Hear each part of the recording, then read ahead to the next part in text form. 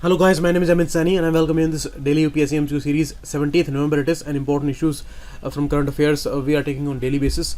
So let's start the lesson today. It is Sunday and important issues daily we are discussing here. Paid content available at 159 rupees per month.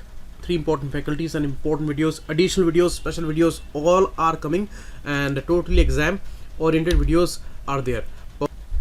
Pocket News app is trending on Google Play, and regarding these courses, any queries there, any issue in the payment for the subscription and all, then you can call on these two numbers. You will get all the solution there, and chat section is also available on the website address there. PDF you will get on Telegram channel, whose link is given on this Facebook group, so you can send me a request here and I would approve that. You can follow me on Instagram too. First question: under Flagship Jela Jeevan mission, the center aims to provide safe piped water to all households by 2022. No, it is 2024. Obviously, they have this mission that the piped water will be reaching up to every household. Till 2022, they are going to provide a household to all, and 2024 the piped water. But the problem is that piped water will reach, but what kind of quality is there? Recently, the survey was there. Bureau of Indian Standard (BIS) did this standardized survey there, and Mumbai was found the only city where all the samples of tap water met all the requirements there and Indian standard there so far. But the condition of Delhi, where the worst air people breathe, worst tap water is there, it failed in 19 parameters out of 28. So what to say about Delhi? One of the worst place in India for citizens there. So this is really a bad situation. Only 2 is the correct option. First is wrong because it is 2024, not 2022. You can see Delhi failing in 19 parameters, and BIS, Bureau of Indian Standard there. 13 cities where tests were conducted, and for the piped drinking water, all these issues were tested. And BIS has its own 48 different parameters, but only 28 were used, and like order, turbidity, pH levels, and other dissolved solids and all, they all were checked there. But Delhi's condition is worst. If you see aluminium, ammonia, anionic detergent, calcium, chloride, coliform bacteria, color, E. coli bacteria, iron, manganese nitrate, everything is found in the water there. So what to say? One of the worst situation in this country. Next, diabetes and tuberculosis. Both are important disease for India. Major challenges. Diabetes is a rising challenge. TB is ongoing menace, and the multi-drug resistant TB is the bigger menace there. So India is at second position for diabetes patients number. For sure, China has the first place there. But TB, India has the first place. So this is wrong. In India, the biggest number of patients are there, and the biggest number of multi-drug resistant TB cases are also there. And we have made a target to end TB by 2025. The end TB strategy we are going with. But WHO has set the target for 2035. Means we have set a target 10 years earlier. But this is a target. Are we really going to achieve that? There are big questions regarding that. Many critics, they have evaluated the scenario, and they said that with the ongoing speed, we are never going to achieve the target by 2025 there. So SDGs are gonna end in 2030, but WHO's TB target is for 2035.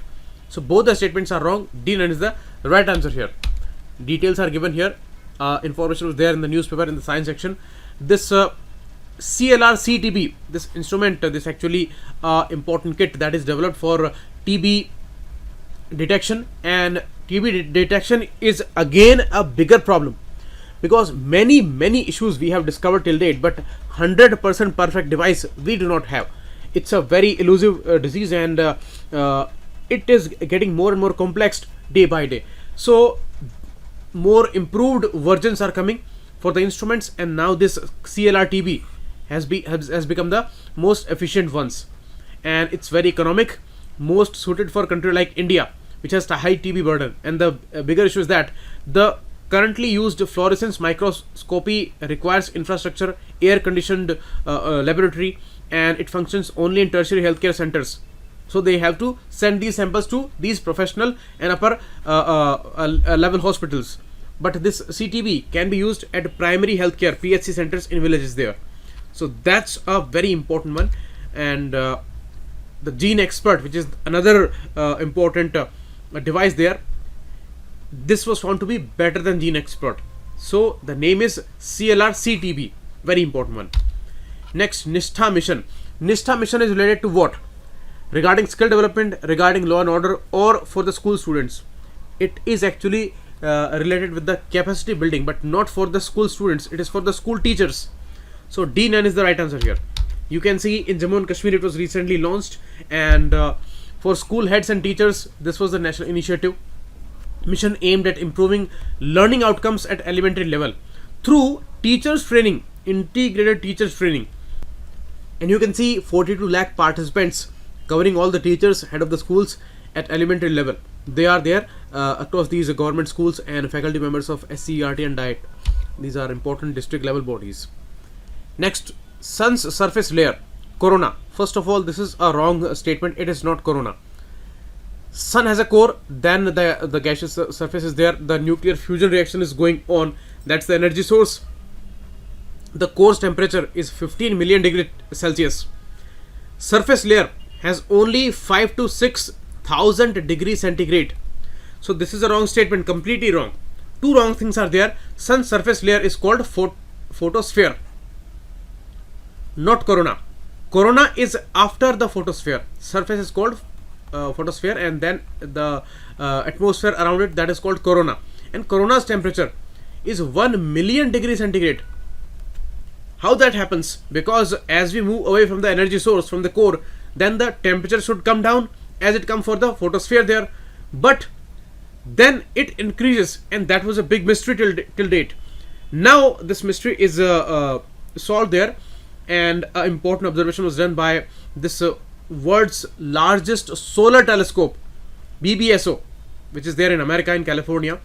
So they did this study there, and they found some speckles there which are coming out of the surface area, and they are actually heating the corona layer.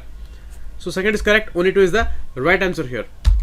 You can see this is the surface and the corona layer around it, and these are minor specules in the sun. Means they are coming out and they are hitting this corona layer. They come like that, and the time span is very less, means 5 to 100 seconds they will stay in the air and they will heat up the corona layer. So that's the heating puzzle that they have solved now, and one scientist from India was also there.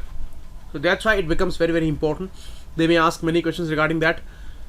And coronal plasma emit light in extreme ultraviolet ray. That is also something which they told us. And they told about these spicules. Okay. Tanmoy Samantha was there on the team, and Hui Tiang of Peking University, China. They were the leading people here, and they did this important study, and they told about the reason for the more temperature in corona layer, because corona is around the sun and still it has 1 million centigrade temperature, where the surface has only 5 to 6,000 degree centigrade. Next, Dibang is the tributary of Lohit river in Arunachal Pradesh. Lohit is the tributary of Brahmaputra, we all know about that, but Dibang is also a tributary of Brahmaputra. Okay, if you see the map there, then if you see Arunachal Pradesh, then Namcha Barwa is here. Dihang or Siang, it is coming into Arunachal Pradesh, and it is coming from Tibet region. Yalang Sangpo, they call it in Tibet, and it is called Brahmaputra here in this Assam region. Lohit is the left bank tributary meeting at this area. Dibang is here. This is Dibang, this is Lohit. Both are left bank tributaries, and Dibang Valley is located in this region. So somewhere I have crossed the map here, but it is within the territory of Arunachal Pradesh only. So Dibang Valley, and it is Lohit Valley here. And this is Brahmaputra river, which is flowing into the side, and this is Siang or Dihang, which is the name of Brahmaputra only. Okay, so Sisri river bridge is there in Dibang Valley here, which was recently inaugurated by Rajnath Singh ji, and it is constructed by project Brahmank of BRO, Border Road Organization. In the frontier areas, it builds roads and bridges and all, and it comes under Ministry of Defense. Remember that, under Ministry of Defense, not Home. Project Brahmang, for sure. Under that they have constructed this Sisri river bridge, and Dibang is also a tributary of Brahmaputra river. So this is wrong, this is correct. Only 2 is the right answer here. You can see this information was there on the Pocket News app, and very important, strategically very important area, the northeast frontier area of India. Trans Arunachal Highway 52 number highway is there, and there it is located. Next, Nadu Nedu program has been launched in Telangana. No, it was Andhra Pradesh, where a huge controversy erupted, where a lot of emphasis was given to English education in the primary education there, and Telugu was ignored according to critiques. So Nadu Nedu program was there. This seeks to transfer government schools into vibrant and competitive institutions. The Chief Minister is very much adamant on putting English on priority. He said that English is very important, the most important one according to him, and some people said that put Telugu on the priority, but the issue was very unique there. So second is correct, first is wrong. You can see to transfer all government schools with the required infrastructure and skill besides setting up English labs. So English labs are the highlights here, and basic amenities will be there, clean water, furniture, other infrastructure, toilets, everything will be built there. And from class 1 to 6, English medium will be introduced. So that was the main controversy here. The state should stick to Telugu to protect itself from cultural degradation. This was something said by the opposition there, but the issue will be promoting more English, because the CM said that English is a global language, and both are important, but English is needed to reach out to people at the global level, and we are focusing the global level there, so that's why it's important. Next, 38 World Heritage Sites are there in India. Largest number of sites in the country is it in India? First of all, 38 sites are there. 30 normal sites are there, 7 natural sites are there, and 1 mixed site is there, okay, in India. But it is not the largest number. China and Italy, they both are having 55 sites, so those are the largest number of sites in countries. So first is wrong, 38 is correct, but it is not largest. Next, each World Heritage Site no more remains a part of a legal territory of the state. This is completely a wrong statement, because it remains a legal part of the country only, and the emphasis is enlarged. They focus a lot on the conservation, they focus a lot on any kind of danger which is there.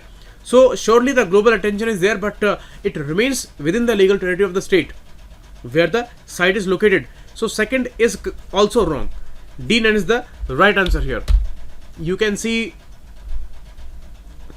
1121 World Heritage Sites are there in 167 state parties in 27 countries. There are no sites, including Bhutan, Brunei, and other important countries that we also are concerned with. And the countries have been divided by World Heritage Committee into regions: Africa, Arab state, Asia Pacific, Europe, and North America. China, Italy, highest number of sites, 55 entries there. 55 entries. China and Italy both. World Heritage Week will be going on from 19th November to 25th November, and this is the objective given here.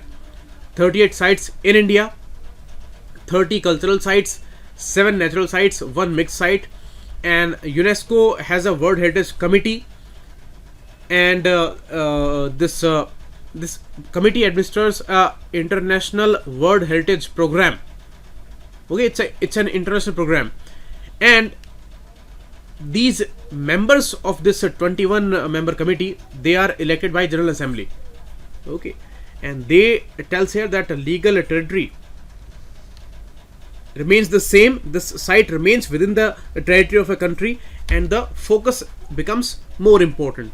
So how the selection happens, this is given here, and the legal status is given here, and what are the endangered sites, the details are given here. So this